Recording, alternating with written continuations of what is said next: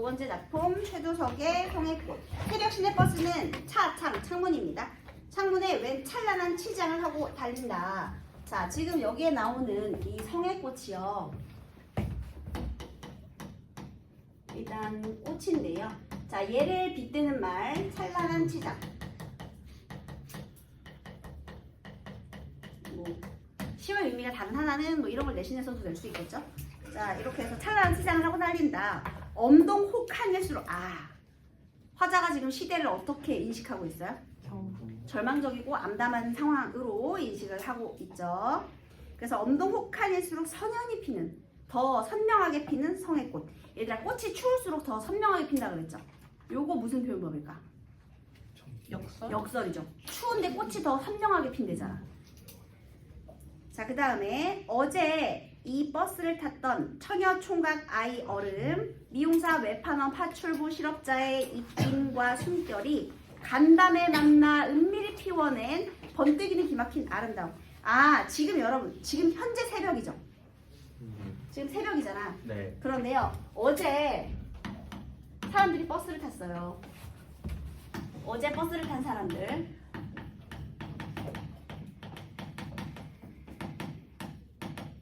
그 사람들이 간밤, 이게 간밤이죠. 어제 간밤이죠. 그런데 그 사람들의 입김과 숨결이 은밀히 만나 피워낸 그 아름다움, 그것을 내가 언제 보고 있는 거야? 새벽에 보고 있는 거죠. 일단 여기서 시간의 경과 확인했죠, 여러분. 그쵸? 언젠지 한번 봐야 돼요. 자, 그 다음에요. 처녀총각 아이어른 미용사 외판원 파출부 실업자 열거하고 있는데 이들의 특징은 뭐냐면 전부 다 평범한 서민들이야. 왜냐? 버스 타니까.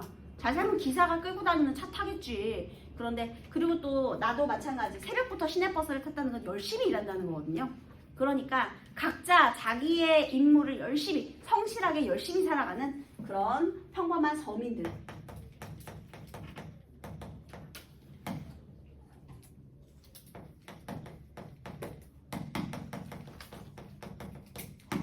자, 이것이 무엇이 되었다? 성의꽃이 되었다. 그래서 얘가 번뜩이는 기막힌 아름다움이래요. 친구들이 어디서 많이 틀렸냐면, 얘들아, 기가 막히게 아름답다는 표현은 역설이 아니에요. 그냥 무조건 다 역설인 줄 알아. 그냥 끝내주게 아름답다니까 얘는 그냥 적절한 표현이야. 그치? 그냥 아주 훌륭하게 아름답다 이런 표현이니까요. 얘는 역설은 아닙니다. 요거 역설 아니에요. 그냥 성의꽃을 드러내는 표현입니다. 그리고 이 화자가 성의꽃을 대하는 태도는 일단 예찬적이죠. 번뜩이는 기막힌 아름다움이니까.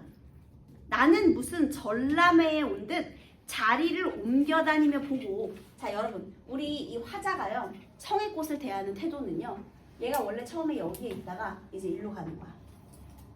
자, 화자의 태도. 첫 번째는 자리를 옮겨다니며,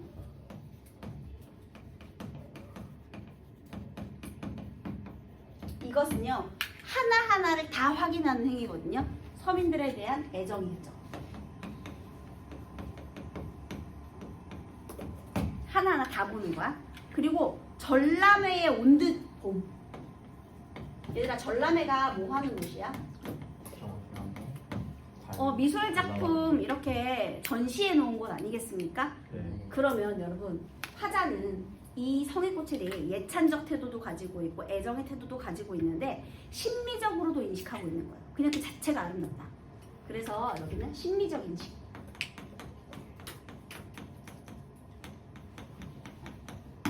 예술 작품을 보듯이. 다시 꽃 이파리 하나 섬세하고도 차가운 아름다움에 취한다. 얘들아, 아름다움이 차갑대요. 이게 뭐야? 역설이죠.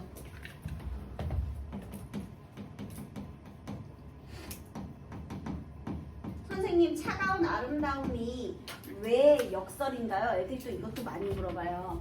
보통 아름다움, 정열, 뜨거움 이런 것들이 같은 범주를 묶이고요. 차가운 이미지 자체가 슬픔, 차가움, 이성 이런 걸로 보통 묶이죠. 그래서 얘가 어울리지 않기 때문에 역설이 되겠습니다. 자, 그 다음에요. 어느 누구의 막막한 한숨이던가 어떤 더운 가슴이 토해낸 정열의 숨결이던가 막막한 한숨. 다 동그라미 하면 되는 거예요. 그 다음에 정열의 숨결. 전부 성의 꽃을 빗댄 표현들이죠. 은유. 그 다음에 일없이 정성스레 입김으로 손가락으로 성의 꽃 한 입 지우고 이마를 대고 본다. 자, 마지막에는 어떻게 했느냐. 여기서 이마를 이렇게 댄 거예요. 요 한 입 지우고 내 이마를 이렇게 댄 겁니다.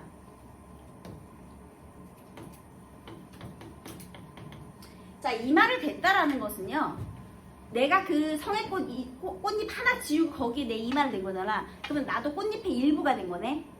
그치? 그러면 나도 꽃잎의 일부가 되었다? 어떻게 된 거야?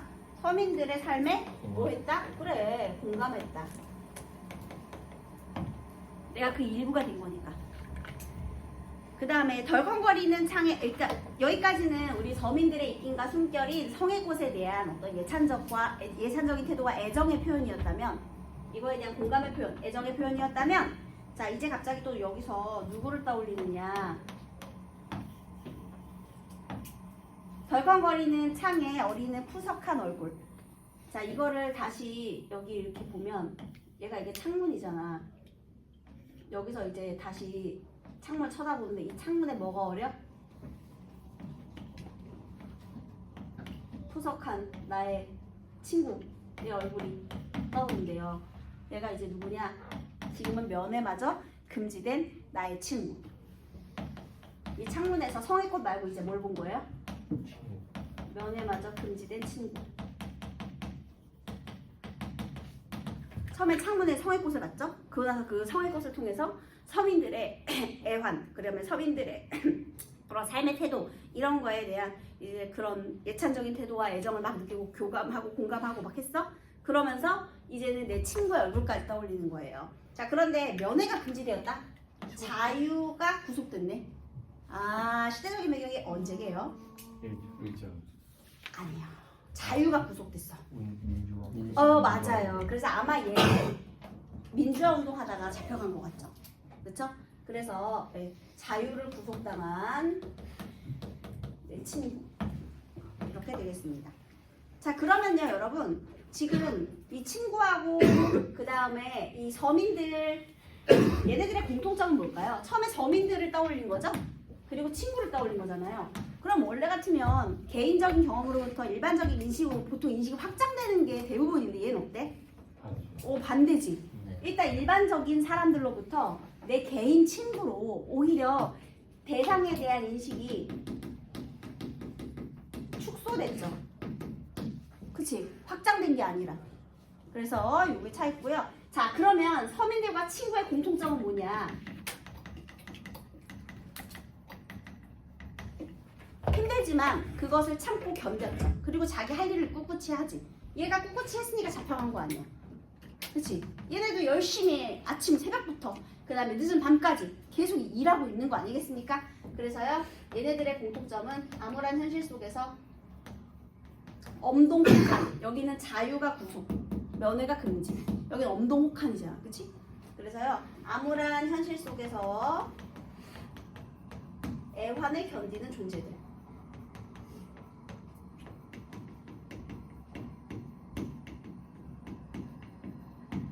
이라는 공통점이 있죠. 그래서 고단한 삶에서 피워낸 그 아름다운 꽃이 바로 성의 꽃의 의미가 되겠습니다.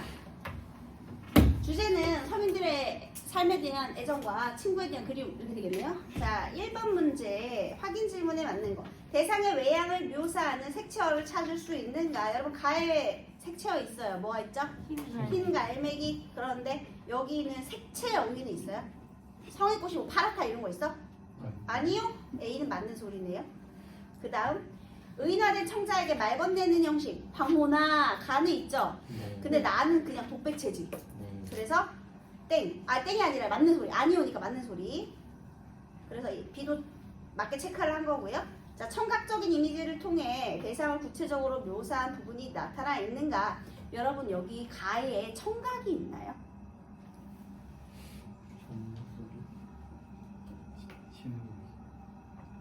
가에 청각 시냇물 소리가 있잖아.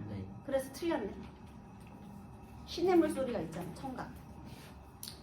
그 다음에 나에는 그럼 시냇물 여기 청각 있나요? 선생님 한숨이면 이거 청각 아니에요? 아닙니다.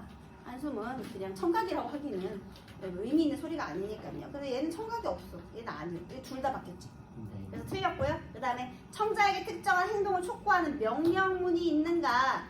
아까 가에서는요. 힘껏 내밀라 명령문 있었죠? 근데 나에는 없으니 맞고. 그 다음 화자의 발화 의도를 강조하는 의문형 종비어 표현 둘 다 있으니까 맞고. 그래서 정답이 C였고요. 그 다음에 기억과 니은인데요. 기억은 수인들이고요. 니은은 면회가 금지된 친구거든요. 둘 다 감옥에 있네. 적절한 건 몇 번이에요? 네. 사회적 제약이 가해진 처지로 인해 화자가 떠올리게 된 대사. 맞는 소리가 되겠습니다. 그래서 정답은 5번이었고요. 3번. 가와 나는 특정한 속성을 지닌 중심 소재를 접한 경험에서 촉발된 상상을 바탕으로 소외된 존재들에 대한 연민의 정서를 담아내었다. 가의 화자가 하는 상상은 여러 곳에서 특정한 시간을 공유하는 존재들을 떠올리는 공간적 확장을 통해 나의 화자가 하는 상상은 동일한 공간을 다른 때에 점유하던 존재들을 떠올리는 시간적 변화를 통해 전개된다. 몇 번이 틀렸을까요? 나머지는 다 맞는데.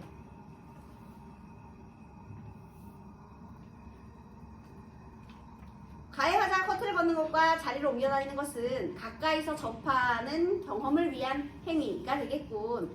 얘들아 이거 1번도 맞는 소리예요. 선생님 중심 소재를 가까이서 접하는 경험이 맞아요? 아니 지금 무엇을 접하고 있지 가에서? 황혼. 그치? 그럼 커트를 걷어야 황혼이 보일 거 아닙니까? 그러니까 맞는 소리야. 이거 1번 맞는 소리예요. 그 다음에 가의 화자는 중심 소재가 부드러운 속성을 지닌 것이라고. 부드러운 손, 찬란한 속성, 찬란한 아름다움죠. 그러니까 찬란한 그 치장이니까요. 그 다음에 활쏘는 토인들과 그 다음에 실업자, 각 연민의 정서를 느낀 주제 맞는 소리. 입술을 보내는 것과 은밀히 만나는 것은 소외된 존재들의 안타까운 상황에서 화자가 취하는 행동이라고 할 수 있고 얘들 입술을 보내는 건 맞거든요. 근데 은밀히 만나 이거는 이긴과 숨결이 만나가지고 이거는 안타까운 게 아니지. 오히려 그렇게 피워낸 아름다움. 그래서 오히려 서민들의 그런 삶에 대해서 애정을 보낸다라고 해야죠. 그래서 땡입니다. 뒤가 틀린 거예요. 화자의 상상은 골방에서 지구 반쪽으로 공간의 확장이 됐고요. 또 나에서 화자의 상상은 새벽에서 간밤으로의 시간적인 변환을 통해 전개되고 있고 맞죠? 새벽에 있는데 간밤으로 다시 시간을 변화시켰다가 다시 돌아온 거예요.